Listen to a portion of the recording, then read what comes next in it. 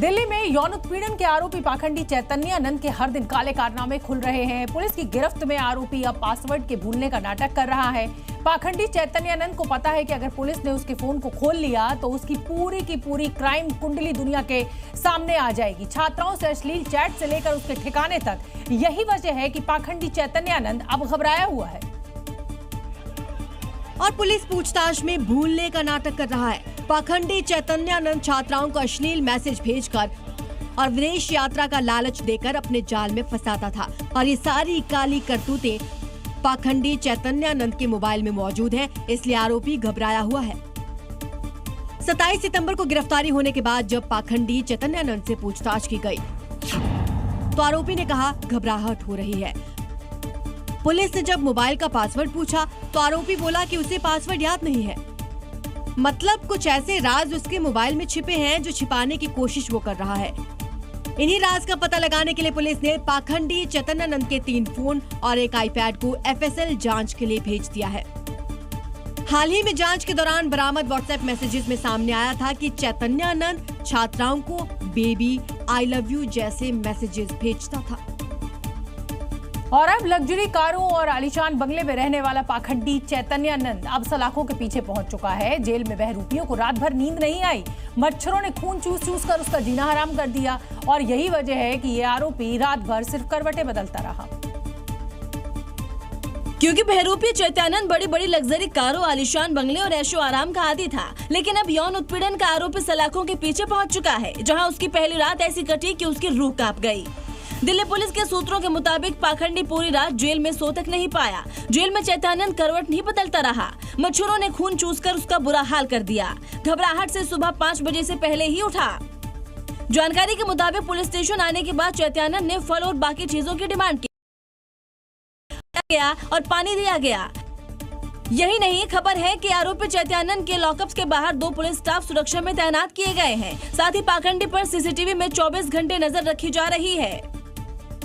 पाखंडी चैतन्यानंद गिरफ्तारी के बाद बड़े राज का पर्दाफाश हुआ है। दिल्ली पुलिस की टीम इस बहरूपीय चैतन्यानंद को उस इंस्टीट्यूट लेकर पहुंची जहां उसने ग्राउंड फ्लोर पर टॉर्चर रूम बना रखा था।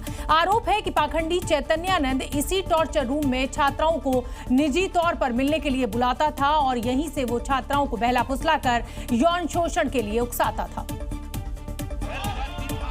और इस टॉर्चर रूम का खुलासा तब हुआ जब दिल्ली पुलिस की टीम पाखंडी चैतन्यानंद को इंस्टीट्यूट लेकर पहुंची।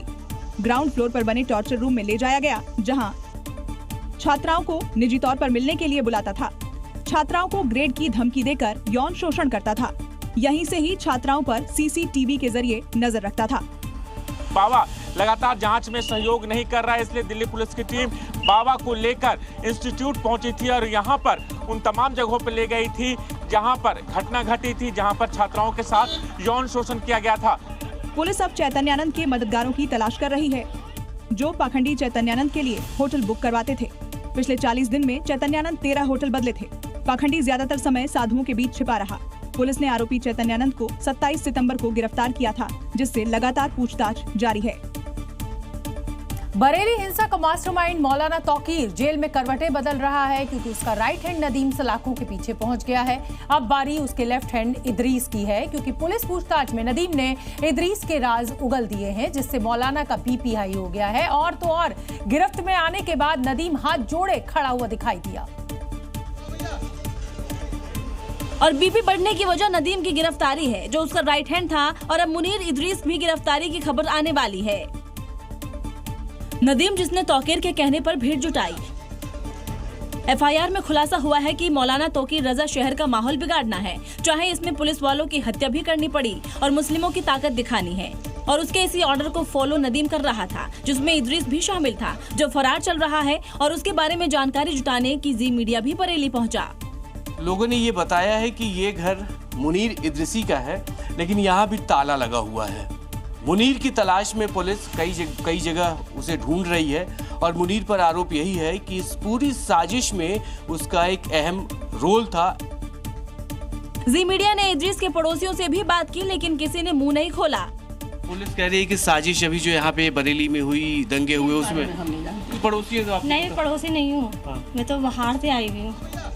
इद्रिस, जिसका काम नफरती मौलाना से लोगों को मिलवाना था, जो खुले में घूमता था और छिपता फिर रहा है, लेकिन अब उसकी गिरफ्तारी का वक्त आ गया है।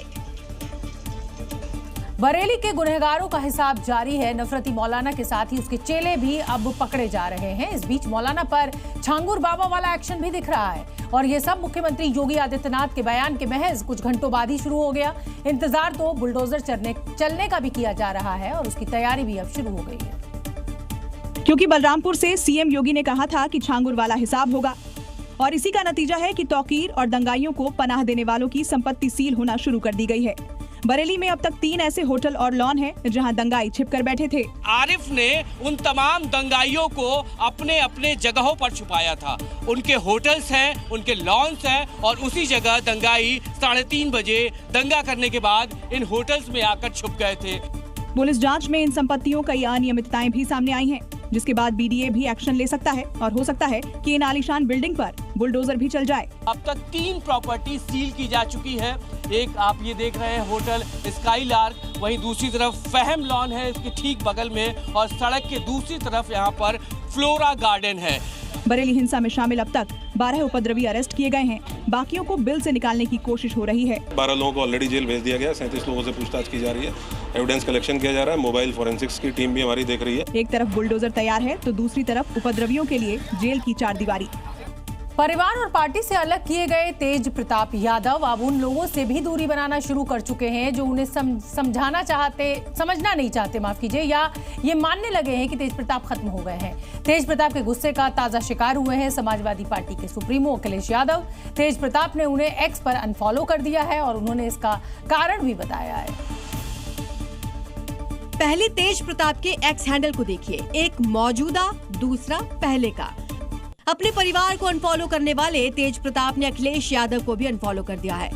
गाजियाबाद में महिला शक्ति ने एक बार फिर एक अपराधी को लंगड़ा कर चलने के लिए मजबूर कर दिया और बताया ये जा रहा है कि एनकाउंटर में घायल एटीएम फ्रॉड और जाली करेंसी का ये कुख्यात आरोपी है।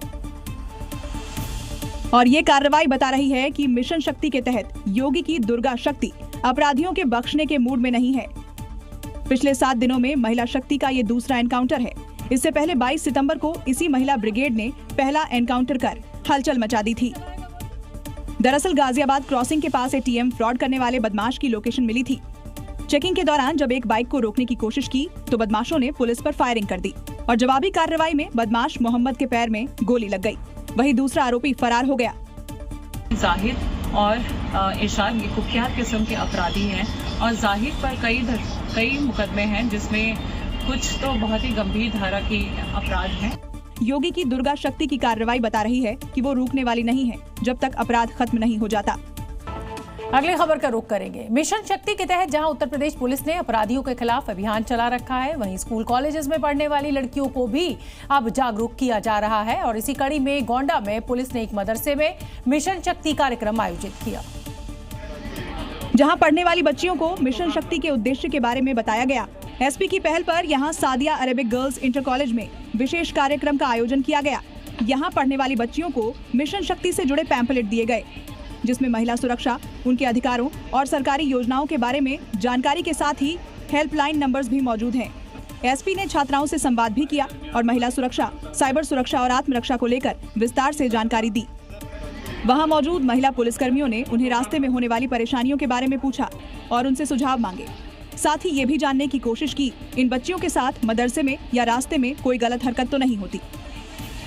उत्तर प्रदेश के शामली से एक दिल दहला देने वाला मामला सामने आया है। आरोप है कि एक शख्स ने अपनी बेटी की गोली मारकर हत्या कर दी और बताया ये जा रहा है कि पिता ने बेटी को अपने प्रेमी से चैट करते हुए देख लिया और गुस्से में आग बबूला हो गया। जो उसके पिता को गवारा नहीं था, यही वजह है कि पिता ने अपनी बेटी को मौत के घाट उतार दिया। यही नहीं, आरोप है कि पिता और भाई ने इस वारदात को अंजाम दिया। बताया गया कि लड़की किसी लड़के के साथ बात कर रही थी, तभी उसके पिता और भाई ने देख लिया। दोनों बंदर भगाने के बहाने छत पर ले गए। इसके बाद दोनों ने लड़की को गोली मार दी। वो अपने मोबाइल से किसी अन्य लड़के से बात करती थी, इसी बात को लेकर के मुझे को आपत्ति थी। इस घटना से पूरे इलाके में सनसनी फैल गई। घटना की जानकारी मिलने के बाद पुलिस पहुंच गई, जिसके बाद शव को कब्जे में लेकर पोस्टमार्टम के लिए भेजा गया है। वहीं पुलिस ने पिता और भाई को गिरफ्तार कर लिया है। साथ ही आरोपी के पास से अवैध हथियार भी बरामद किए हैं। उत्तर प्रदेश के बहराइच में आदमखोर भेड़ियों के खिलाफ सर्च ऑपरेशन लगातार जारी है। कश्यप रोहित पुरवा गांव में गन्ने के खेत में एक भेड़िए का शव मिला है। आशंका जताई जा रही है कि सर्च ऑपरेशन के दौरान भेड़िए को गोली लगी हो और गहरे जख्म के कारण उसकी मौत हो गई हो। फिलहाल वन विभाग की टीम पोस्टमार्टम करा रही है, लेकिन दूसरे और भेड़िए इलाके में अभी भी घूम रहे हैं, जिनका नंबर आज रात ही आने वाला है। और जिस खबर का इंतजार बहराइच के लोग लंबे समय से कर रहे थे, वो खबर आ ही गई। एक आदमखोर भेड़िया गन्ने के खेत में मरा हुआ मिला। वन विभाग की टीम शव का पोस्टमार्टम करा रही है ताकि मौत के कारणों का पता लग सके। यही वो जगह है जहां पर भेड़िए का अंत हुआ है और गांव वाले फिलहाल थोड़ा सा राहत की सांस जरूर ले रहे हैं। एक आदमखोर भेड़िए का अंत तो हो गया, लेकिन इलाके में और भी भेड़िए घूम रहे हैं। यही कारण है कि गाँव वाले अभी भी सुरक्षा में कोई कोताही नहीं बरत रहे हैं। भेड़िया 5 कभी दिखते थे और हम लोग देखा गया 2 दिन तो 3 दिखे। 3 यहाँ पे दिखे। हाँ, काले काले धब्बेदार है। इलाके में भेड़ियों के खौफ का अंदाजा इसी से लगाया जा सकता है कि शनिवार को सीएम योगी ने खुद हवाई सर्वे किया। वन विभाग को पकड़ने और पकड़ में नहीं आए तो देखते ही गोली मारने के आदेश दे दिए गए, जिसके बाद शूटर्स चप्पे चप्पे पर भेड़ियों की तलाश कर रहे हैं। उम्मीद है कि जल्द ही दूसरे आदमखोरों का भी अंत होगा। बहराइच में खूनी भेड़ियों को पकड़ने के लिए जितने उपाय किए जा सकते हैं वो सब किए जा रहे हैं। टास्क फोर्स का गठन किया गया है। 7 किलोमीटर के दायरे में चप्पे चप्पे पर सीसीटीवी कैमरे लगाए गए हैं, पिंजरे लगवाए गए हैं। वन कर्मी और शूटर्स दिन रात इन भेड़ियों की तलाश करते हैं। और अब भेड़िया लाख कोशिश कर ले, बच नहीं पाएगा। पकड़ने के लिए शूटर और वन कर्मी दिन रात जंगलों और खेतों की खाक छान रहे हैं। पेड़ों पर, बिजली के पोलों पर सीसीटीवी कैमरे लगाकर मॉनिटरिंग की जा रही है। गांव वालों को सुतली बम मुहैया कराया गया है ताकि भेड़िया हमला करे तो उससे बचा जा सके। पकड़ने के लिए गन्ने के खेतों में जगह जगह पर पिंजरे लगाए गए हैं। एक भेड़िया तो साफ हो गया, लेकिन दूसरों का खौफ कायम है। भेड़िया का दहशत है सर। विगत करीब 2 हफ्ते से यहाँ पर कई बच्चों को शिकार बनाया है। भेड़ियों का खौफ गांव वालों के सिर चढ़कर बोल रहा है। लोग मचान पर रह रहे हैं। बच्चों की रखवाली के लिए जाल लगवा लिया है। एक परिवार ने तो ट्रैक्टर पर ही मचान बना लिया। गांव वाले जब घर से बाहर निकल रहे हैं तो हाथ में हथियार जरूर रख रहे हैं। भले ही एक भेड़िए की मौत हो गई हो, लेकिन जो दहशत है वो या बहराइच में लोगों के चेहरे पर साफ तौर पर दिखाई पड़ रही है। एक भेड़िया के मारे जाने के बाद लोगों ने राहत की सांस ली है और जिस तरह से इन इलाकों में इंतजाम किए गए हैं उसको देखकर लग रहा है कि अब खूनी भेड़िया बचेगा नहीं।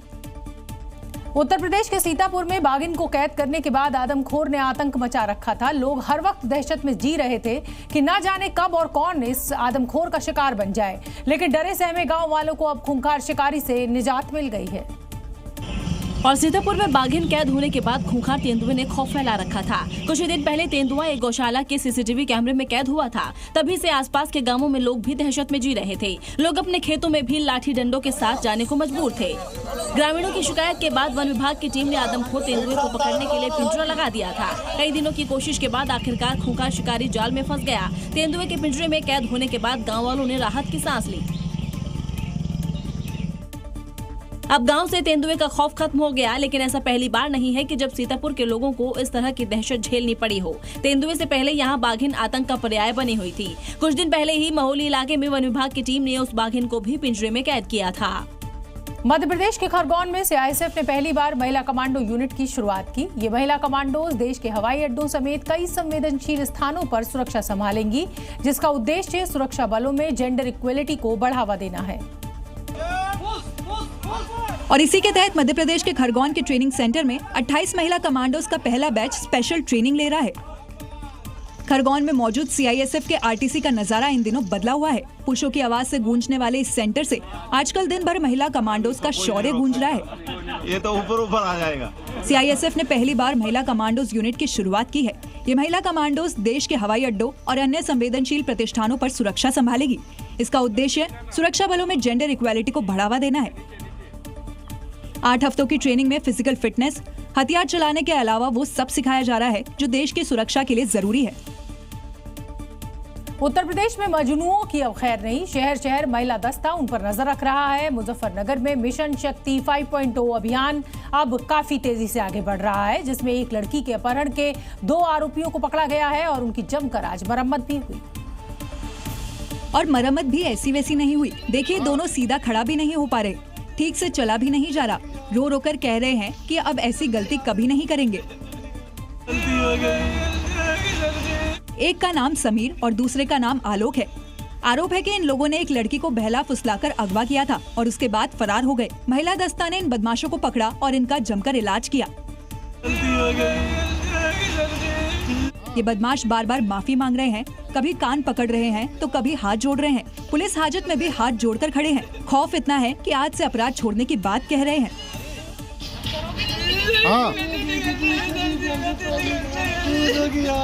उत्तर प्रदेश में मिशन शक्ति रंग ला रहा है। महिला दस्ता मजनुओं की मरम्मत कर उनके अंदर खौफ पैदा कर रही है। बेटियों की सुरक्षा के लिए ये खौफ अच्छा है। त्योहारी मौसम शुरू हुआ नहीं कि बाजारों में नकली पनीर, मिलावटी मिठाई और नकली मावा बिकने लगा। लेकिन अब एक ऐसी चीज में मिलावट का खुलासा हुआ है जिसको सुनकर आप भी जरूर चौंक जाएंगे।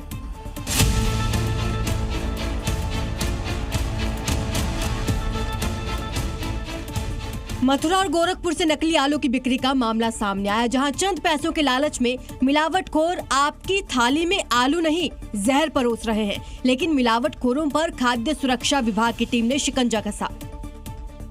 तस्वीरें मथुरा की हैं। यहां नकली आलू की बिक्री की शिकायत मिलने पर खाद्य सुरक्षा विभाग की टीम ने कार्रवाई की और नकली आलू समेत 12 खाद्य सामग्रियों के सैंपल्स लिए। सवाल ये है कि नकली आलू की पहचान कैसे करें। आलू को हाथ में लेकर हल्का मसले। नकली होने पर ये रंग छोड़ेगा। पानी से इसकी जांच की जा सकती है। पानी में नकली आलू तैरने लगता है। नकली आलू में केमिकल्स की गंध आएगी। गोरखपुर में भी टीम ने 2 ट्रकों में भरे 500 क्विंटल रंगीन आलू जब्त किए। इन आलू को जिन खतरनाक केमिकल से लाल और चमकदार किया जाता है वो किडनी और हार्ट के लिए जानलेवा साबित हो सकते हैं। लेकिन मिलावटखोर पैसा कमाने की होड़ में आपकी जान से खिलवाड़ करने में गुरेज नहीं करते। उत्तर प्रदेश के हापुड़ से एक हैरान कर देने वाला मामला सामने आया है। यहाँ 39 करोड़ रुपए के बीमा क्लेम के लिए एक शख्स ने अपने माता पिता और पत्नी को मौत के घाट उतार दिया। पुलिस ने इस मामले में कार्रवाई करते हुए इस आरोपी को गिरफ्तार कर लिया है, जो करोड़ों रुपए के लालच में इतना अंधा हो गया कि उसने आपदा को अवसर में बदलने के लिए न सिर्फ अपने दिमाग का इस्तेमाल किया बल्कि अपने माता पिता और पत्नी की जान का सौदा कर दिया। आरोप है कि शख्स ने पहले परिवार के सदस्यों का करोड़ों रुपए का बीमा कराया, फिर एक एक कर उनकी हत्या का प्लान बनाया। माता पिता और पत्नी की मौत को हादसा दिखाया। कई कंपनियों में 39 करोड़ की बीमा पॉलिसियां थी, जबकि आरोपी के पिता की आय 12 से 15 लाख थी। चीजों का परीक्षण किया गया तो पाया कि मृतक की वार्षिक आय से कई गुना ज्यादा, लगभग 40 करोड़ रुपए से भी अधिक की अलग अलग पॉलिसी ले रखी गई। पुलिस ने इस मामले में आरोपी और उसके साथी को गिरफ्तार कर लिया है। अगर आप वृंदावन जाने का प्लान बना रहे हैं तो हमारी ये खबर फिर आपको जरूर देखनी चाहिए, क्योंकि यहाँ पग पग पर खतरा है। जरा सी सावधानी हटी नहीं कि दुर्घटना घटी नहीं। और यहाँ खतरा किसी और से नहीं, बंदरों से है। अभी हाल ही में एक बंदर महिला श्रद्धालु का पर्स छीनकर भाग गया। इसके बाद मकान की छत पर बैठ गया, बंडल से पैसे निकालने की कोशिश करने लगा। इस बंडल में 500 के नोट हैं। किसी ने महिला को बताया कि आम का जूस देने पर बंदर पैसे वापस दे देगा। फिर क्या था, जूस का पैकेट फेंका गया। हाथ में जूस का पैकेट मिलते ही बंदर ने नोटों की गड्डी महिला को वापस कर दी। महिला श्रद्धालु के पर्स में करीब 10,000 रुपए थे। बंदर पर्स छीनकर भाग गया और आम के जूस के लिए पर्स से पैसे निकाल लिए। वृंदावन में बंदरों की इस तरह की हरकत आम है। बंदर जूस पीने के लिए कभी चश्मा, कभी पर्स तो कभी मोबाइल तक छीन लेते हैं और तब तक नहीं लौटाते जब तक उन्हें आम का जूस नहीं मिल जाता। इसलिए हम कह रहे हैं, अगर आप धर्म नगरी वृंदावन जाने का प्लान कर रहे हैं तो इन बंदरों से जरूर सावधान रहे। दुर्गा पूजा के दौरान पश्चिम बंगाल में विशाल और यूनिक पूजा पंडाल बनाने की परंपरा हमेशा से रही है और इसका असर पड़ोसी राज्य झारखंड में भी अब खूब देखने को मिलता है। इस बार दुर्गा पूजा में झारखंड के धनबाद में बनाया गया है एक खास पूजा पंडाल, जिसे बनाया गया है बेहद ही खास तरीके से।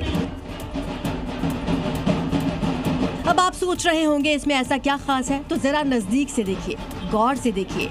नहीं समझ पा रहे हैं तो हम बता ही देते हैं। इसे बनाया गया है मिट्टी के घड़ों से। हजारों की संख्या में छोटे बड़े इन मिट्टी के घड़ों के जरिए इस पंडाल को तैयार किया गया है और पंडाल के खुद का आकार एक घड़े की तरह ही है, उल्टे रखे गए घड़े की तरह। यही नहीं, पंडाल के अंदर की सजावट में भी घड़ों का ही इस्तेमाल हुआ है और यहाँ विराजमान है माँ दुर्गा की भव्य प्रतिमा। बाहर भगवान शिव का विशाल डिजिटल बोर्ड भी मौजूद है। इस पंडाल के जरिए न सिर्फ पर्यावरण संरक्षण का संदेश देने की कोशिश हुई है, बल्कि मिट्टी के घड़ों का इस्तेमाल करने की अपील की गई है। चीन से लेकर स्पेन तक खतरनाक सैलाब ने तबाही मचा रखी है। बाढ़ और हवा का प्रकोप ऐसा कि कहीं लोग बह गए तो कहीं खुद को बचाने के लिए गाड़ियों की छतों का सहारा लेना पड़ा। और नदी की तरफ कुछ लोग भागते दिख रहे हैं। तस्वीरें चीन के हेनान की है। यहाँ बाढ़ का कहर चरम पर है, जहाँ नानशिंग नदी उफान पर है और नदी में 2 लड़कियां फंस गई। लड़की बहती गई और लोग बचाने के लिए दौड़े, लेकिन कोई भी उफनती नदी में उतरने की हिम्मत नहीं कर सका। बेचारी लड़की खुद को लकड़ी के पोल के सहारे बचाने की कोशिश करती है, लेकिन कामयाब नहीं हो पाए। कुछ ऐसा ही हाल स्पेन में देखने को मिला, जहां कुदरत का प्रकोप सैलाब बनकर बरसा है। स्पेन के क्वार्टे डे हुएरवा में गाड़ियां बह गई। हालात ये हो गई कि जब गाड़ियां बाढ़ में डूबने लगी तो लोगों को गाड़ियों की छतों पर बैठकर जान बचानी पड़ी।